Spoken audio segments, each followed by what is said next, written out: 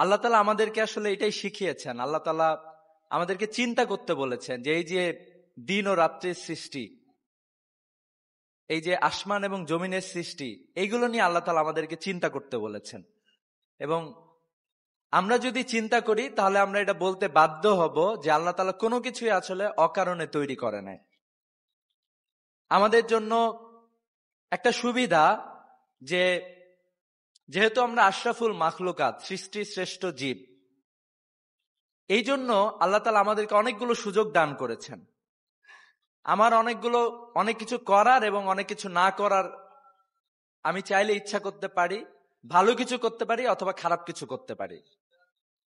তো এরকম একটি জায়গায় আমরা আজকে যে ইসমাইল আল জাজারি যে ফেস্টের আয়োজন করা হয়েছে, আমরা আসলে এটা জানি যে ইসমাইল আল জাজারি উনি একজন মুসলিম ছিলেন এবং ইতিপূর্বে উনি একজন এই প্রাচ্যেরই মানুষ ছিলেন।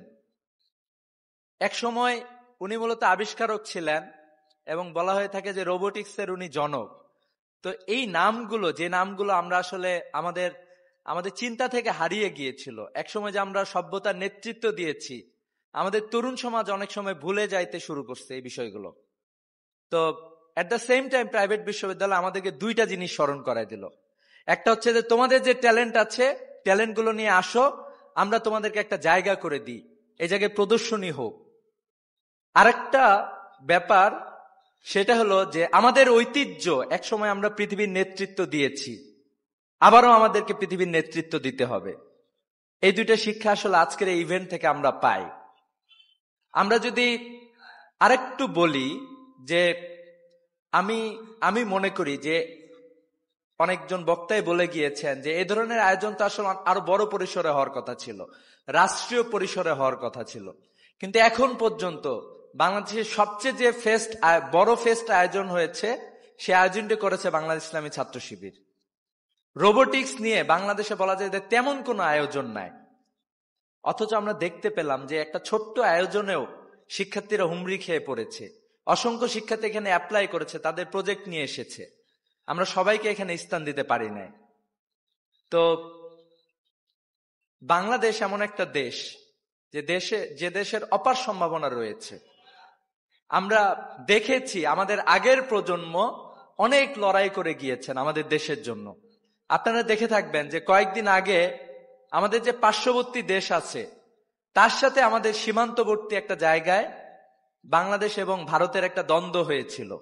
আমরা দেখলাম যে সেখানে আমাদের ঠিক আগের প্রজন্ম, আমরা যারা এখানে আছি, তরুণ প্রজন্ম, আমাদের ইমিডিয়েট আগের প্রজন্ম, তাদের কাছে কোনো অস্ত্রশস্ত্র নাই।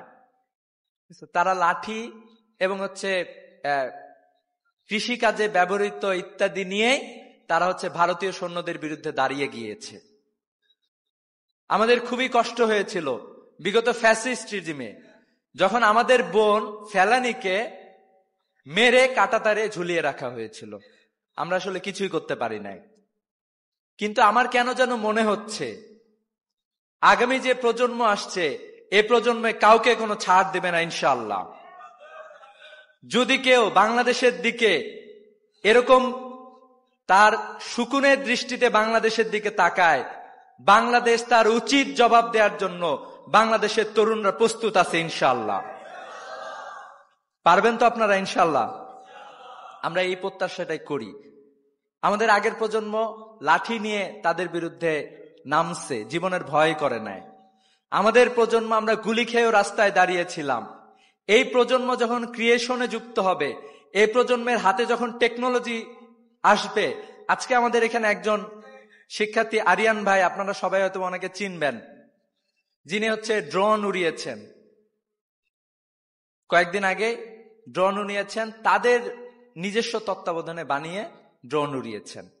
তো এই ধরনের অসংখ্য শিক্ষার্থী আমাদের অলরেডি ইসলামী ছাত্র শিবির, এটা ইসলামী ছাত্র শিবিরের সৌভাগ্য যে অলরেডি বাংলাদেশের ট্যালেন্টগুলোকে আমরা চিনে ফেলছি আলহামদুলিল্লাহ।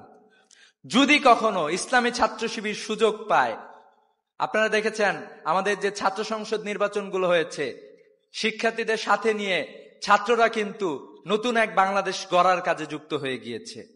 ইসলামী ছাত্র শিবির যদি কখনো সুযোগ পায়, পুরো বাংলাদেশকে গড়ে তুলবে ইনশাআল্লাহ। তো এই জন্য আপনারা কি আমাদের সাথে থাকবেন?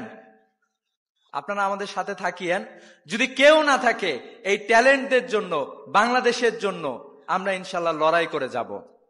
তো আপনাদের সবাইকে আমরা স্বাগত জানাই যে আপনারা এখানে এসেছেন, আপনাদের ট্যালেন্ট আপনারা শো করেছেন। আমি জানি না, আমরা ভেবেছিলাম যে ডক্টর মোহাম্মদ ইউনূস উনি মনে হয় ট্যালেন্টের কদরটা বুঝতে পারবেন, কিন্তু আমরা দেখলাম যে উনিও আসলে বুঝতে পারেন নাই। তার ওই যে ফান্ড আছে, আইসিটি ফান্ড, অন্যান্য জায়গায় পড়ে পড়ে আছে। এগুলা বিগত ফ্যাসিস্ট আমল চুরি করে খাইছিল, আর এনারা এই টাকা ফেলাই রেখেছে। এ টাকার কোনো ভালো কোনো ব্যবহার নাই। যদি একটা ছাত্র সংগঠন, একটা ছোট্ট একটা শাখা, একটা ব্রাঞ্চ যদি এ ধরনের অ্যাক্টিভিটিস করতে পারে, ট্যালেন্ট গুলোকে সারা বাংলাদেশ থেকে, এখানে আমি দেখলাম যে কয়েকটা প্রজেক্ট দেখার সুযোগ হয়েছে, মেহেরপুর থেকে এসেছে, বাংলাদেশে আরো বিভিন্ন জায়গা থেকে এসেছে। শুধু একটা সার্কুলার পাইছে, সবাই কিন্তু চলে আসছে। আমরা দেখলাম যে আমাদের সরকারের এরকম কোনো পদক্ষেপ আসলে নাই। আমরা ধিক্কার জানাই এবং আমরা এটা বিশ্বাস করি আগামীতে বাংলাদেশের তরুণরা নতুন এক বাংলাদেশের নেতৃত্ব দেবে ইনশাআল্লাহ। সে বাংলাদেশ দেখার জন্য আমরা সবাই আগ্রহী, আমরা প্রত্যাশী। এই প্রত্যাশা রেখে শেষ করছি। আসসালামু আলাইকুম ওয়া রাহমাতুল্লাহ।